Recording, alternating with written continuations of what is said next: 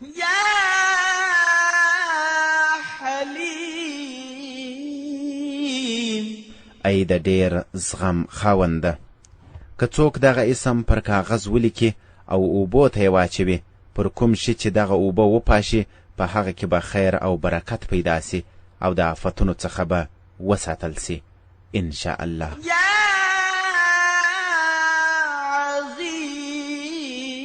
عظیم ای ډیره لویه خدایه، که څوک دغه اسم ډیر ووایي، الله به هغه ته عزت او عظمت ورنصیب کړي ان شاء الله. یا غفور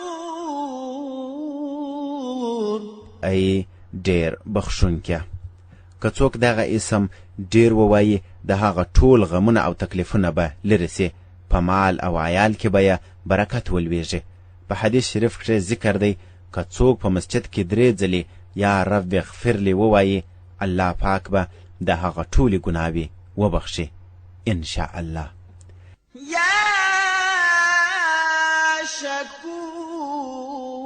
شکور ای قدردانه خدایه، که څوک په غم او یا کوم بل مشکل کې راګیر وي، هغه د دغه اسم 41 ځله ووایي، د هغه څخه به خلاص سي ان شاء الله. یا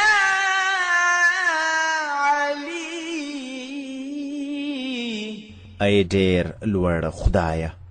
که څوک دغه اسم تل ووایي او ویلې کې د ځانه سره یې وساتي، نو هغه ته به په رتبه کې لوړوالی، خوشحالي او په مقصد کې بریالیتوب ورنصیب سي ان شاء الله. یا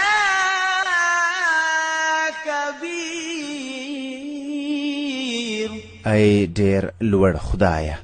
که څوک د خپلې دندې څخه لرې کړل سوی وي، هغه دې 7 روژې ونیسي او هره ورځ دې دا اسم مبارک 10 ځله ووایي، پر خپلې دندې به برقراره سي او برتري به ورنصیب سي ان شاء الله. یا حفیظ ای د ټولو ساتونکیه، که څوک ډیر ځله یا حفیظ ووایي او یا یې ولیکي، د ځانه سره یې وساتي، هغه به د هر ډول ویرې، خطر او تاوان څخه وژغورل سي. یا مقیت ای ټولو ته رزق او قوت ورکوونکیه، که څوک پر خالي لوښي باندې 7 ځله دغه اسم دم کړي او په هغه کې خپله اوبه وڅښي یا یې په بل چا وڅښي، ان شاء الله مقصد به یې پوره سي. یا حسیب ای د ټولو لپاره کافی خدایه،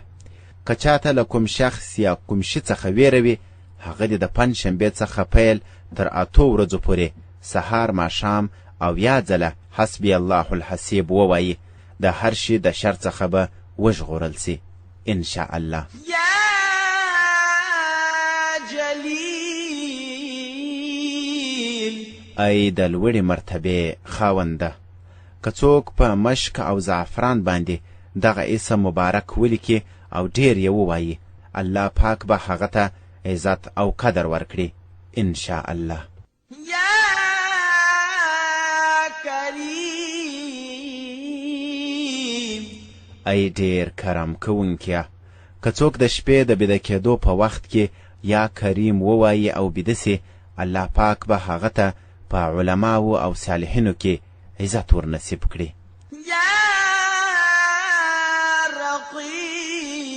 رقیب ای پورا ساتونکیه، که څوک دغه اسم مبارک هر ورځ 7 ځله پر خپل اهل، عیال او مال باندې دم کړي او یا رقیب ووایي، هغه به د ټولو آفتونو څخه وساتل سي ان شاء الله. یا مجیب ای دعا قبلونکیه، که څوک یا مجیب ډیر ووایي، د هغه دعاوې به د الله په دربار کې قبولې ګرځي ان شاء الله. یا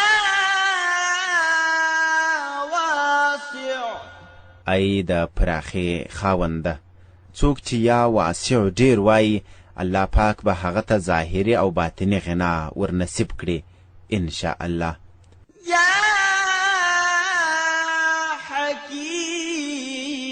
حکیم ای د ډیر حکمت خاونده، څوک چې یا حکیم ډیر وایي الله تعالی به پر هغه باندې د علم او حکمت دروازې پرانیزي او که د چا کوم کار سرته نه رسیږي هغه کار به یې ترسره سي. یا ودود ای ډیر محبت کوونکیه، که څوک زر ځله دغه اسم ووایي او پر ډوډۍ یې دم کړي او د خپلې مېرمنې سره یې وخوري، هر ډول خفګان به ختم سي او محبت به یې پیدا سي انشاء الله. یا مجید ای د لویی خاونده،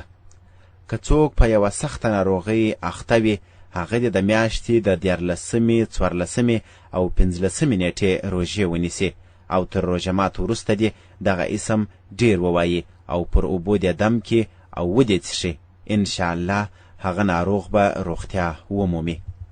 یا باعث ای و مړو ته ژوند ورکوونکیه،